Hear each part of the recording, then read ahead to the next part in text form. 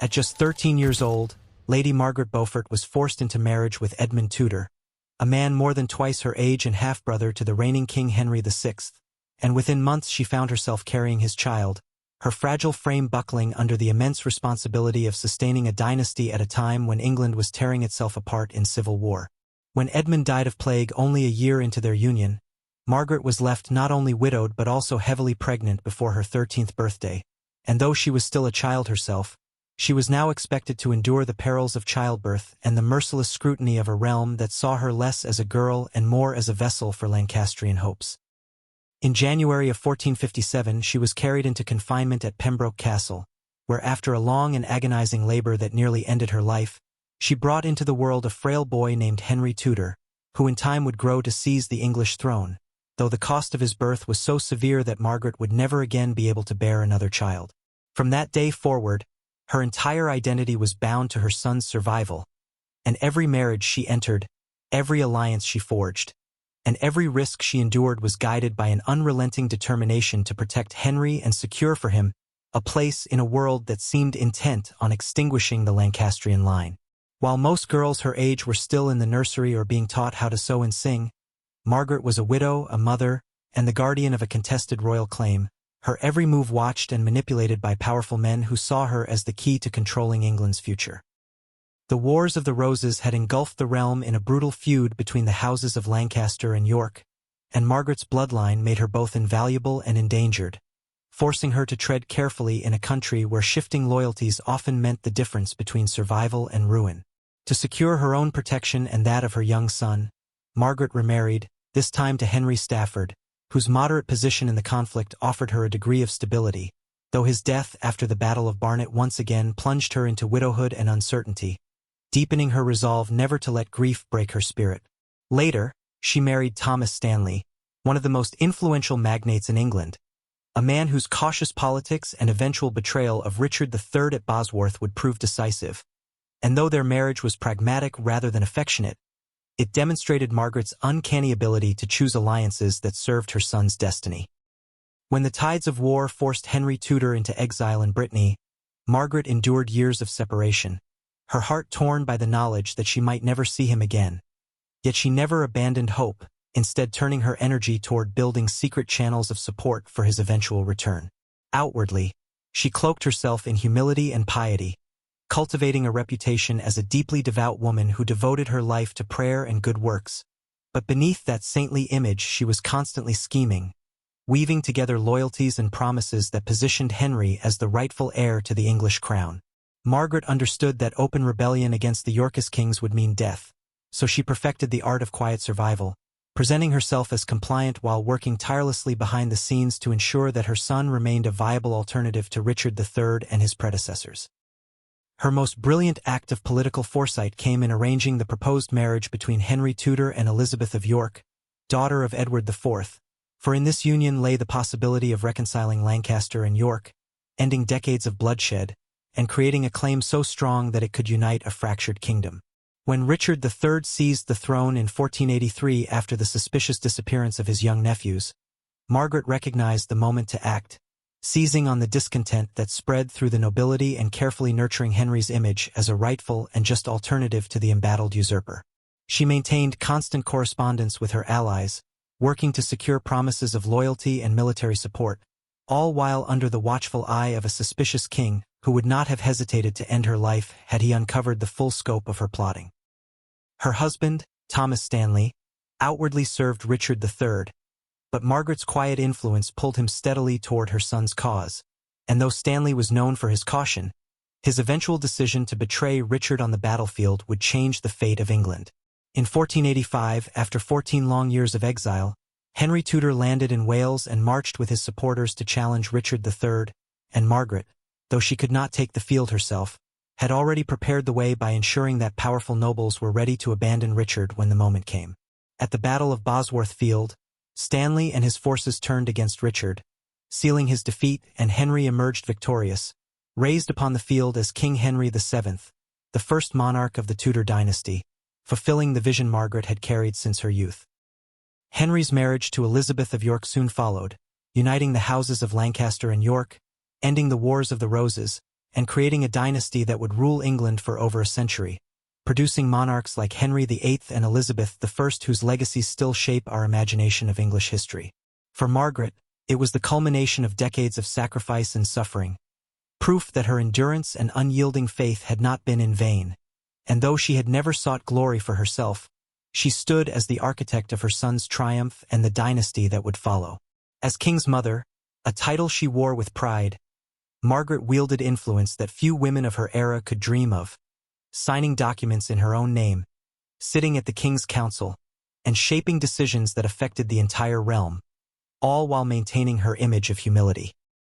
Her deep piety became a defining feature of her later life, as she dedicated her wealth and influence to the church and to education, founding Christ's College and St. John's College at Cambridge, institutions that still stand today as a testament to her vision. Though she lived in an age that gave women little public power, Margaret carved out authority by balancing devotion and cunning, masking her ambition beneath the acceptable guise of religious duty, and in doing so she left a mark on England that rivaled that of many kings. She was not a warrior who fought with sword and shield,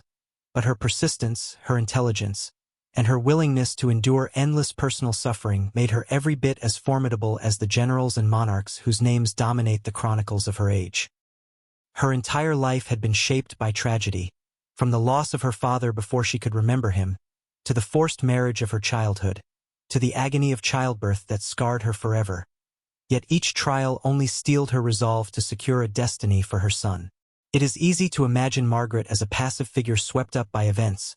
but in truth she was a strategist of remarkable patience, willing to wait decades for the right moment, and when that moment finally came, her planning and resilience placed the crown upon Henry's head.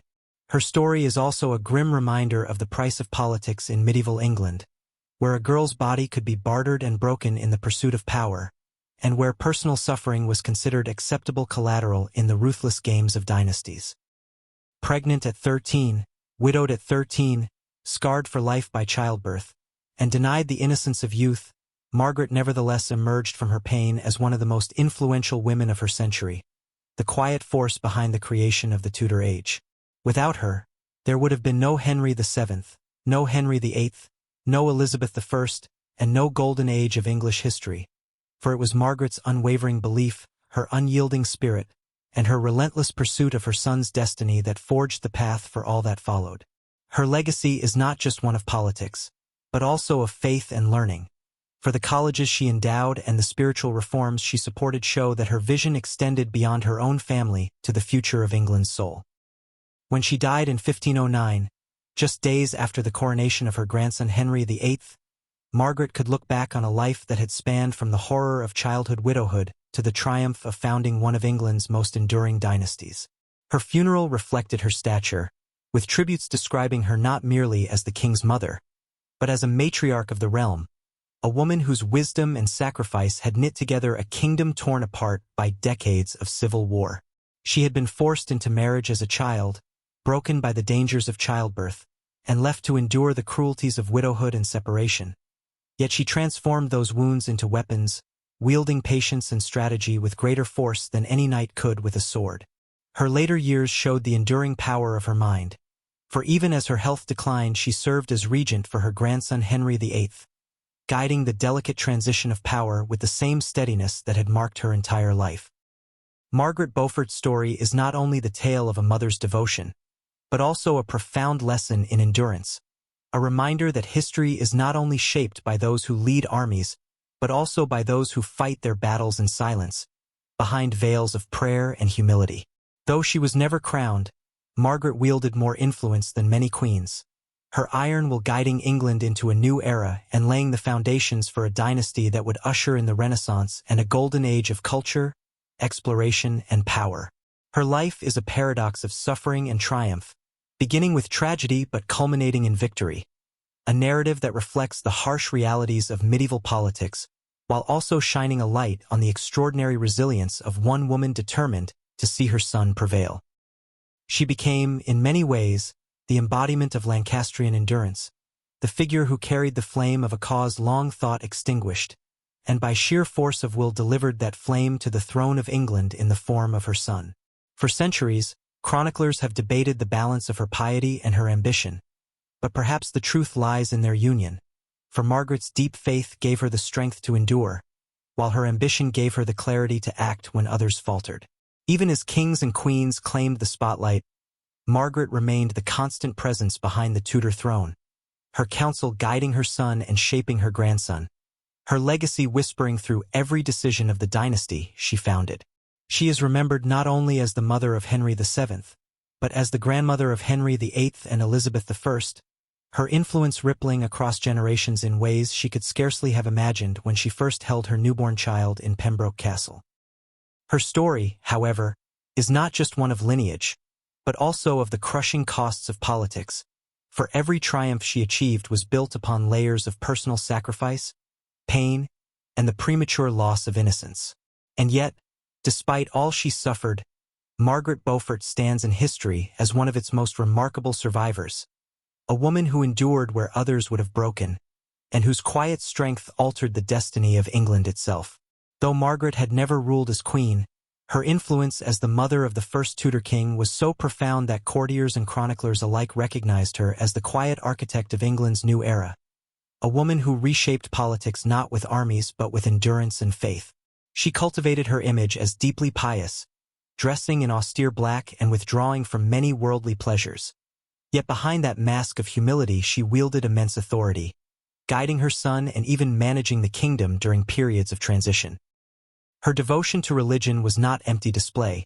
for she channeled her fortune into lasting legacies by funding colleges, chapels, and scholarships, ensuring that future generations would benefit from her vision of a more educated and faithful England. Even in her final years she remained a commanding presence, acting as regent for her grandson Henry VIII at the very start of his reign, her steady hand guiding the smooth transfer of power at a moment that might otherwise have been fraught with uncertainty. When Margaret died in June of 1509, just 2 months after Henry VII's passing and mere days after her grandson's coronation, it was as if her life's mission had reached its natural end, for she had lived long enough to see her son's dynasty secure and flourishing. Her funeral reflected her stature, with tributes pouring in that described her not only as the king's mother, but as a matriarch of England itself, a woman whose unshakable faith and indomitable will had brought unity to a realm long scarred by civil war. Unlike many women of her time who were erased from history, Margaret ensured her legacy through institutions of learning and through the dynasty she preserved, her name surviving not in obscurity but in the foundations of Tudor power. She had been sold into marriage as a child, broken by the dangers of childbirth, and left to suffer the cruelties of widowhood and separation, yet she transformed those wounds into weapons, wielding patience and strategy with greater force than any sword. Margaret Beaufort's life is a paradox of suffering and triumph, a story that begins with tragedy but culminates in the birth of a dynasty, showing how resilience in the face of despair can alter the course of nations. And though she is often overshadowed by the flamboyant figures of Henry VIII and Elizabeth I, history cannot deny that it was Margaret, the girl who became a mother at 13, who set the stage for the Tudor age, carving her place as one of the most remarkable women England has ever known.